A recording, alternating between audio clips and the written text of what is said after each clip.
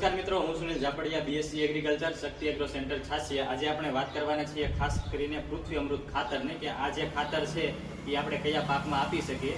તો આ જે પૃથ્વી અમૃત પ્યોર ઓર્ગેનિક ખાતર છે, જે આપણે મગફળી હોય, સોયાબીન હોય, કપાસ હોય વગેરે જેવા ચોમાસુ પાક અથવા તો તમે કોઈ શિયાળુ હોય તે પણ પાકમાં વાપરી શકો છો. આ ખાતર દાણાદાર ફોર્મમાં આવે છે, તમે જોઈ શકો છો. જ્યારે તમે તમારી જમીનની અંદર નાખો એટલે જમીન નરમ અને પોચી બને છે, જેથી મગફળીના પાકની અંદરમાં સૂયા બેસવાની ક્ષમતા હોય છે ને તેની અંદરમાં વધારો કરે છે. અને ખાસ કરીને જે તમારો છોડ હોય તે પણ મજબૂત બનતો હોય છે.